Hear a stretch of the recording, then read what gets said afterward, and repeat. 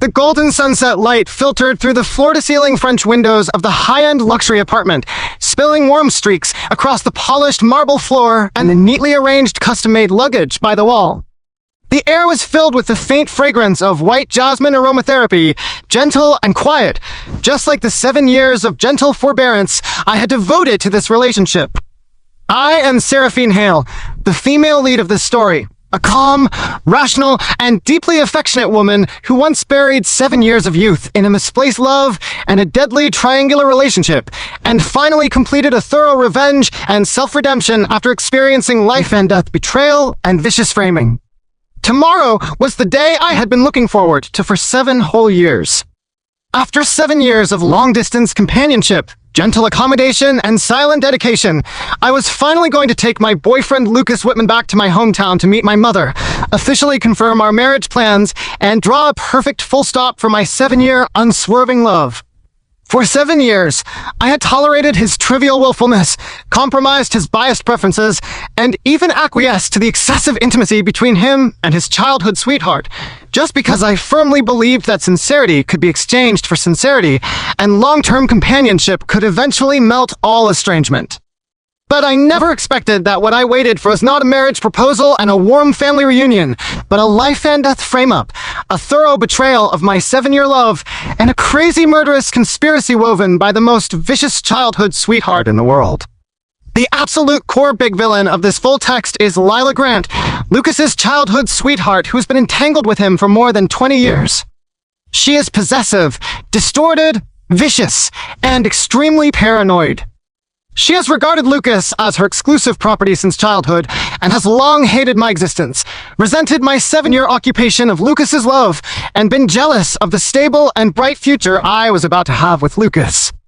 Unable to compete with my long-term affection and sincere character, Lila chose the most cruel and despicable way to destroy everything, using my fatal genetic peanut allergy as a murderous weapon, framing me for being greedy and self-inflicted, alienating the relationship between Lucas and me, and even extending her vicious black hands to my innocent mother, trying to kill us both and completely eradicate all obstacles between her and Lucas. Her villainy lies in long-term hidden malice, life-threatening frame-ups, family-targeted persecution, and hypocritical White Lotus disguise, which is completely different from public opinion manipulators and emotional parasitic villains in previous stories, with 100% original and non-repetitive explosive points. The night before our departure, the atmosphere in the apartment was originally relaxed and warm. I was sitting on the sofa, carefully sorting out the gifts prepared for my mother, checking the travel itinerary repeatedly, with a faint and undisguised expectation in my eyes. Lucas sat beside me, playing with his mobile phone casually, his expression lazy and perfunctory, which was his usual state in the later stage of our relationship. I had long been used to his indifference, and always comforted myself that after meeting my family and confirming the marriage, he would become more stable and cherish our relationship. Due to the busy packing and trivial arrangements all day long, I had not eaten anything formal, and my blood sugar suddenly dropped sharply in the evening. Dizziness swept over me in an instant. My vision became blurred, and my whole body was weak and flustered. In a hurry to relieve the hypoglycemia reaction, I casually reached out to the candy jar on the coffee table, grabbed a transparent and colorless fruit candy, and stuffed it into my mouth without thinking too much. The candy melted quickly in the mouth, with a faint sweet taste, without any peculiar smell of peanuts, which made me completely relax my vigilance for a moment. But the next second, a sharp and playful clap of laughter suddenly broke the warm and quiet atmosphere in the room. Lila Grant, who had been sitting on the single sofa side pretending to play with her mobile phone, suddenly raised her head, her bright eyes filled with undisguised malice and triumphant ridicule, and she laughed loudly and wantonly. I knew she was greedy. Lucas, you lost the bet. Transfer $100,000 to me right now. The moment her voice fell, a terrifying chill instantly rushed from the bottom of my heart to my limbs and bones, and the relaxed sweetness on the tip of my tongue suddenly turned into a deadly poison.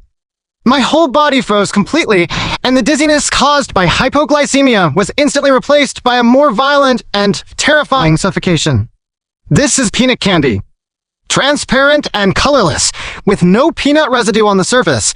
It is a specially processed ultra-fine peanut syrup candy that completely hides all peanut traces. Ordinary people can never distinguish it from ordinary fruit candy, but it is a deadly fatal poison to me. My peanut allergy is not a trivial minor allergy, but a severe genetic fatal allergy. As long as I ingest a trace of peanut ingredients, my whole body will rapidly swell, my respiratory tract will be blocked, and I will suffocate and die within 10 minutes without emergency treatment. This is not a secret. Lucas has known it clearly for 7 years, and Lila has known it since the day I fell in love with Lucas. For so many years, Lila has always taken my fatal peanut allergy as a trivial entertainment bet. She often bets with Lucas on whether I would accidentally eat peanut food, whether I would be greedy and make mistakes, and every time Lucas chooses to indulge her boring and dangerous jokes without exception. He never stopped her, never warned me, never took my fatal safety seriously, and always watched her play with my life indifferently.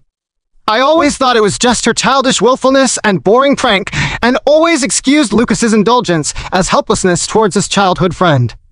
I tolerated it again and again, compromised again and again, never expected that their trivial bets over the years were all hidden malice and premeditated temptation, and this time, they directly turned the prank into a fatal murder frame-up. The sweet taste of peanut syrup spread rapidly in my mouth and esophagus. In an instant, my throat began to itch and swell rapidly, my breathing became more and more difficult, and every inhalation was accompanied by severe suffocating pain. My face quickly swelled at an incredible speed. My originally delicate facial features were distorted and swollen beyond recognition. My skin was red and swollen, and my whole body began to have violent allergic convulsions. I struggled to raise my head, my blurred vision staring at Lucas beside me, hoping to see a trace of panic, worry, or distress in his eyes, hoping that he would rush to save me, as he did in the early days of our relationship. But reality gave me the most cruel and heartless blow. Lucas did not have any panic or worried. He just glanced at my swollen and distorted face indifferently, his eyes cold and alienated, without the slightest trace of 7 years of affection. His fingers quickly operated the mobile phone screen, and in just 2 seconds, he neatly transferred $100,000 to Lila's account, fulfilling their so-called bet agreement. After the transfer was successful, he slowly raised his eyes, his cold gaze sweeping over my trembling and suffocating body, and his tone was calm and ruthless, without any warmth, like judging a trivial and ridiculous farce. I've already called the ambulance. The matter of meeting your mother will have to be postponed. After a short pause, he dropped the most heartless and blaming sentence, completely crushing all my 7 years of deep affection and insistence. After all, this is your own fault. Control your greedy habit. Third-party objective commentary from an objective third-person perspective. The female lead Seraphine is a typical affectionate, tolerant, and soft-hearted revenge heroine in the early stage. Her 7-year dedication and repeated tolerance are rooted in her sincere longing for love and marriage, not cowardice or stupidity. She has always maintained the greatest kindness to her lover and the vicious childhood sweetheart, even forgiving their dangerous trivial bets many times. The core villain Lila's cruelty is extremely advanced and hidden. She does not quarrel or confront openly, but uses fatal physical allergies as a betting tool and murder weapon, hiding her murderous heart under the guise of a childish prank.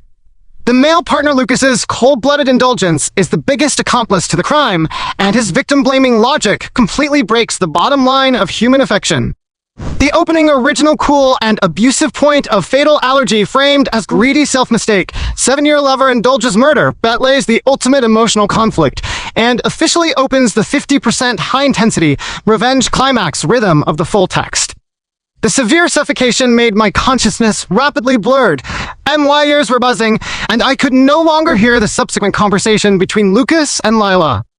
I could only vaguely see Lila standing aside, covering her mouth and laughing triumphantly, her eyes full of successful conspiracy and cruel malice.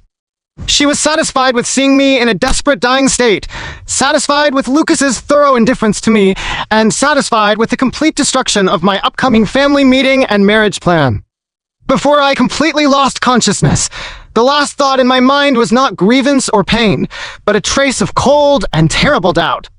For many years, Lila had been betting on my allergy mistakes, but I had never really fallen for it. This time, The transparent and traceless peanut candy appeared in my home candy jar accurately, just when I had hypoglycemia and was most vulnerable and careless. It was definitely not an accident, but a premeditated and deliberate murder. The ambulance arrived 10 minutes later. The medical staff rushed into the apartment, urgently administered allergy first aid injections, and carried me into the emergency vehicle. During the whole process, Lucas and Lila stood in the living room, watching silently, without a single step of follow-up, without a word of concern. The $100,000 bet would made Lila in an extremely good mood, and she even posted a casual daily dynamic on her social account, mocking someone's greed and self-inflicted disaster implicitly. I was sent to the top tertiary hospital in the city and admitted to the intensive observation ward. After 4 hours of emergency rescue, my vital signs finally stabilized, my breathing became smooth again, and the swelling on my body gradually subsided. When I slowly woke up from the coma, the sky outside the window was already dark, and the whole ward was quiet and desolate, without a single person accompanying me.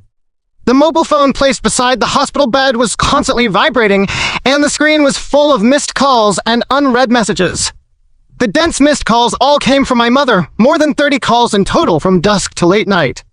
She must have been waiting for us to go home, waiting anxiously all day, not knowing what happened to me. My heart was sour and trembling with fear. I struggled to prop up my weak body, ignored the needle holes and soreness on my back, and was just about to dial my mother's phone number back to reassure her that I was safe and sound. But the next second, a new message pop up suddenly interrupted my movement. It was an anonymous photo sent by a stranger, with no text description, only a clear and cruel picture that made my blood freeze instantly. In the photo, my kind and gentle mother was sitting on the sofa of our hometown living room, with a peaceful and expectant smile on her face, preparing to wait for her daughter and boyfriend to go home for dinner. And beside her, Lila was bending over with a sweet and innocent smile on her face, holding a handful of those transparent and traceless peanut candies in her hand, and was forcefully stuffing the deadly peanut candy into my mother's mouth without hesitation. The candy in her hand was exactly the same as the one I had mistakenly eaten at the apartment tonight. The specially processed, ultra-fine, transparent peanut candy with no trace of peanut flavor. The deadly poison targeting our family's genetic peanut allergy. In an instant, all the weakness and tolerance in my heart completely collapsed and turned into icy and biting hatred. My eyes were scarlet, and my whole body trembled violently due to extreme anger and fear.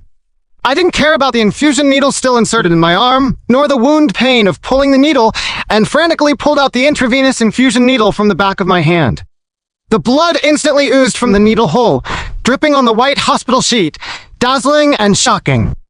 I grabbed my mobile phone with trembling hands, my fingers stiff and numb due to extreme anger, and dialed Lucas's phone number repeatedly, one after another, frantically, desperately, hoping that he would answer the phone, hoping that he would stop Lila's crazy behavior, hoping that my mother would be safe and sound. The phone rang again and again, but no one answered, and I dialed 10 times, 20 times, 30 times, all in vain. Until the last call was automatically hung up, Lucas never responded to my desperate call for help. But at this moment, I completely understood everything. All the premeditation, all the betrayal, all the cold-blooded indifference. Lucas knew everything from beginning to end. He clearly knew that my fatal peanut allergy is hereditary, that my mother also has the same severe genetic peanut allergy, and that eating a trace of peanut ingredients will be life-threatening. He knew that Lila had placed deadly peanut candy in my candy jar in advance, knew that Lila was betting on my life, knew that Lila was going to my hometown to harm my mother after framing me. He knew all the truth, but he chose to indulge, to ignore, to stand by, to watch our mother and daughter walk into the death trap arranged by Lila with cold-blooded indifference. Third-party objective commentary, the core big villain's ultimate murders conspiracy, and the male lead's thorough accomplice betrayal climax erupt, officially entering the full-scale 50% high-intensity climax stage of the full text. The plot breaks through the ordinary emotional triangle rivalry routine, upgrading the contradiction from emotional betrayal to life and death murder and family persecution. The exclusive, non-repetitive cool point of villain extends frame up to heroine's family. Male partner knows everything and indulges murder coldly, completely, subverts the previous plot rhythm, and the heroine's gentle personality completely collapses and transforms, opening the full-scale revenge mode. The moment I realized the whole truth, all the 7 years of deep affection, all the careful accommodation, all the persistent expectations and compromises turned into the most ridiculous and disgusting joke in the world. I had loved this man for 7 years, tolerated his eccentric childhood sweetheart for 7 years, and carefully maintained this relationship for 7 years, but in exchange for a life and death frame-up, a family murder conspiracy, and the cold-blooded indifference of my lover, who watched me and my mother die. There is no more affection, no more tolerance, no more hesitation and softness in my heart. Only icy hatred and decisive revenge remain. I immediately dialed the emergency call and the hometown police number, reported Lila's intentional murder behavior in detail, described the characteristics of the deadly peanut candy and my mother's genetic allergy condition, and asked the police and emergency personnel to rush to my hometown residence at the fastest speed to rescue my mother. Then I opened all the chat records, betting records, and allergy reminder records between Lucas, Lila, and me over the past 7 years, sorted out all the evidence of their long-term dangerous teasing, intentional frame-up, and cold-blooded indulgence, and backed up all the data in multiple cloud disks to ensure that no evidence would be lost. I was lying on the hospital bed, my body still weak after the allergic rescue, but my mind was extremely clear and rational. Every step of my operation was steady and precise, without the slightest panic and chaos. I knew clearly that from this moment on, I was no longer the gentle and tolerant Seraphine who loved Lucas foolishly. I was a avenger who wanted to completely overthrow all the betrayers and murderers and let them pay the price of blood and pain for their 7 years of hidden malice and today's murderous conspiracy. Half an hour later, the police feedback message came. The police rushed to my hometown residence in time and stopped Lila's behavior of forcing my mother to eat peanut candy at the last second. My mother was safe and sound, only a little frightened. Lila was taken back to the police station on suspicion of intentional homicide, and the relevant evidence was completely fixed. After confirming my mother's safety, the big stone hanging in my heart finally fell, and the cold anger in my heart became more intense and firm. I immediately went through the discharge procedures despite the doctor's repeated dissuasion. Even though my body was still in the recovery period and my physical condition was extremely poor, I insisted on leaving the hospital. I wanted to face these two betrayers and murderers with my own hands and personally send them to the abyss of eternal retribution. I took a taxi to the city police station overnight. When I arrived at the police station hall, I saw Lila sitting in the inquiry room through the glass window. At this moment, she no longer had the arrogant and triumphant look of the day. Her face was pale, her eyes flustered, and her whole body was trembling slightly, but she still had a trace of fluke mentality, trying to pretend to be innocent and ignorant. Lucas also rushed to the police station shortly after. He still maintained his cold and arrogant attitude, standing outside the inquiry room with a calm expression, as if he was just an irrelevant bystander, completely unaware of his accomplice's guilt and cold-blooded indifference. When he saw me walking into the hall with a cold face and scarlet eyes, he was slightly stunned, then frowned, and took the initiative to walk towards me, his tone still perfunctory and blaming, without any apology or guilt. "Why are you making such a big fuss? Lila was just joking with your mother. She didn't mean any harm. You're too unreasonable and petty." "Joking?" I raised my head slowly, my eyes cold and empty, without the slightest trace of the past affection and softness. My voice was hoarse and low, but every word was sharp and cold, piercing straight into his cold-blooded heart. Playing with my life is a joke. Playing with my mother's life is also a joke. Lucas Whitman, in your eyes, are the lives of our mother and daughter just trivial toys for you and your childhood sweetheart to bet and amuse yourselves with? Lucas's face changed slightly, and he subconsciously defended Lila. She has been spoiled since childhood, and she is just playful. She doesn't know your mother's allergy situation. It's just a misunderstanding. Misunderstanding. I sneered wantonly, the corners of my mouth filled with icy mockery. You know everything. You have known my genetic allergy for 7 years, and you also know that my mother has the same fatal allergy. You watched her put peanut candy in my candy jar, watched her bet on my life, Watched her go to my house to harm my mother, but you chose to transfer the bet money calmly, chose to stand by and do nothing, chose to let her mother and daughter die in her conspiracy. This is not a misunderstanding. This is premeditated, intentional homicide, and you are her chief accomplice. Third-party objective commentary. The male partner's cold-blooded defense and heroine's precise counterattack climax continues the high-intensity climax rhythm. The heroine completely tears off the male partner's hypocritical disguise, exposes his accomplice's crime in public, and completes the thorough emotional severance and dimensionality reduction suppression. The cool point of completely breaking the male partner's excuse of ignorance. Exposing long-term cold-blooded indulgence, crime is unique and non-repetitive, realizing the dual crushing of emotion and truth. Lucas's expression finally changed completely. The calm and perfunctory disguise on his face completely collapsed, replaced by obvious panic and guilt.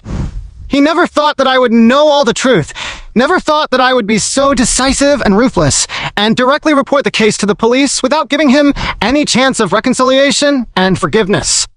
He stepped forward in a panic, trying to grab my wrist, trying to use the 7-year affection to soften my attitude and make me withdraw the police report.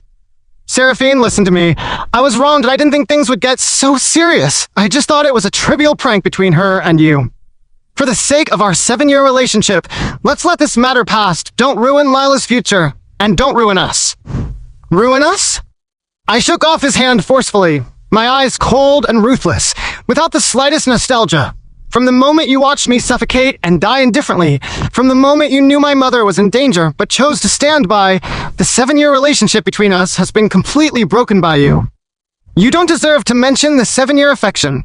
All my dedication and tenderness in the past 7 years have been fed to dogs by you. I took out my mobile phone, and in front of Lucas's face, I played all the evidence one by one in the police station hall. The 7-year betting chat records between him and Lila, the transfer records of countless life-threatening bets, the daily records of them teasing my allergies, and the latest photo evidence of Lila harming my mother, as well as the medical records of my critical allergic shock rescue. All the evidence was complete and irrefutable, completely restoring the whole process of their long-term hidden malice and this premeditated murder conspiracy. The police officers on the scene watched all the evidence, and their attitudes became extremely serious.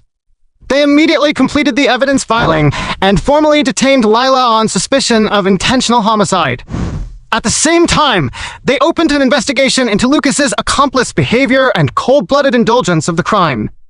Lila, who was in the inquiry room, completely collapsed when she saw all the complete evidence. She frantically slapped the table and cried, shouting that she was wrong, begging for forgiveness, and repeatedly emphasizing that she was just jealous of me and didn't really want to kill anyone. But no one would believe her hypocritical confession and excuse. Jealousy is never a reason to kill others. Malicious pranks that threaten life are essentially premeditated murder.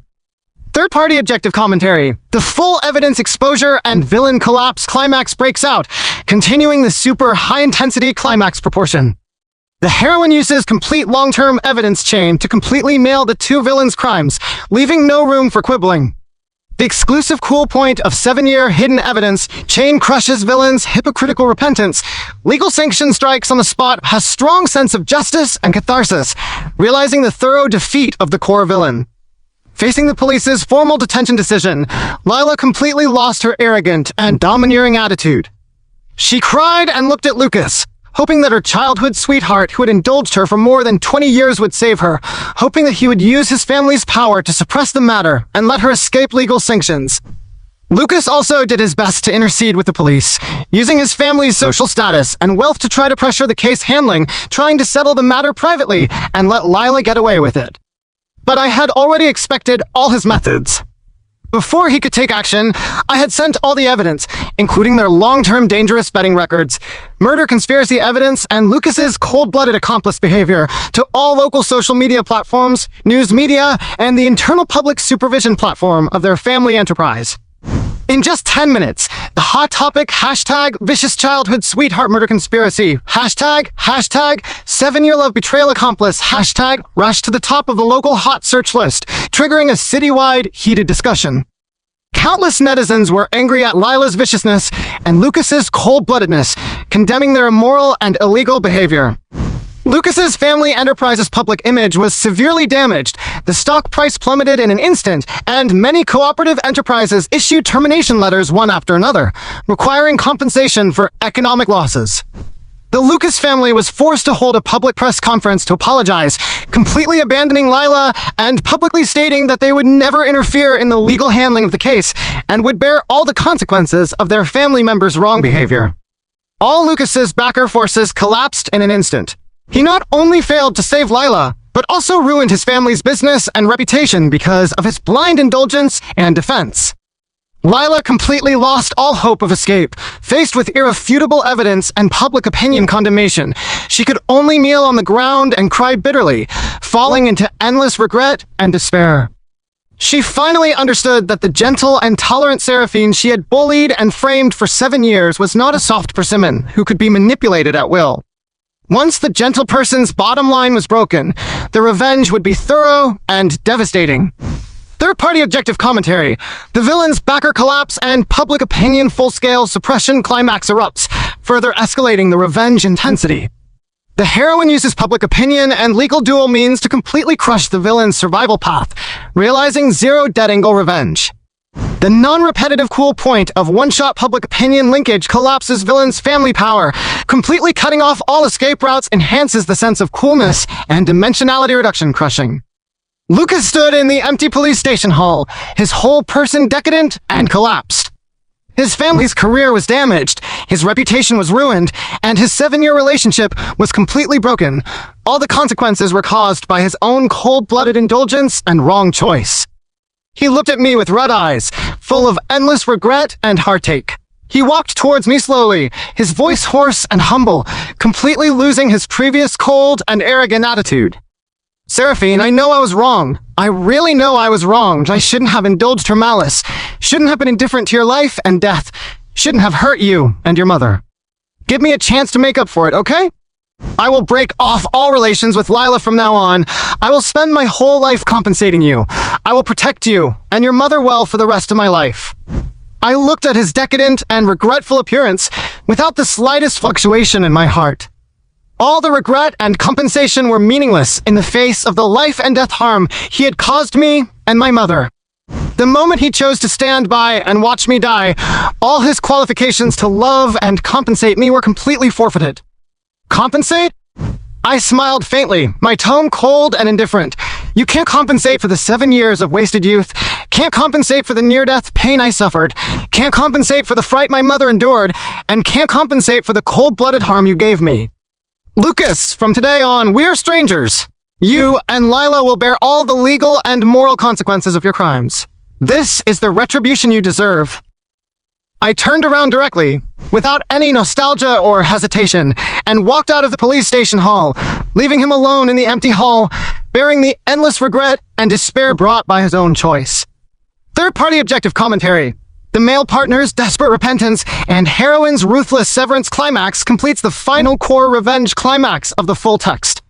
The heroine completely lets go of 7 years of emotional fetters, adheres to the bottom line of morality and justice, and does not give the wrongdoer any chance of redemption. The cool point of no forgiveness for cold-blooded betrayal, thorough severance, without trivial entanglement is clean and powerful, completing the perfect transformation of the heroine from affectionate tolerance to independent and ruthless revenge queen. Subsequent legal proceedings went smoothly. With complete evidence and public opinion supervision, Lila was convicted of intentional homicide, attempted, and was sentenced to fixed-term imprisonment. Her reputation, future, and freedom were completely ruined, and she could only spend her youth in prison, repenting for her long-term hidden malice and murderous conspiracy.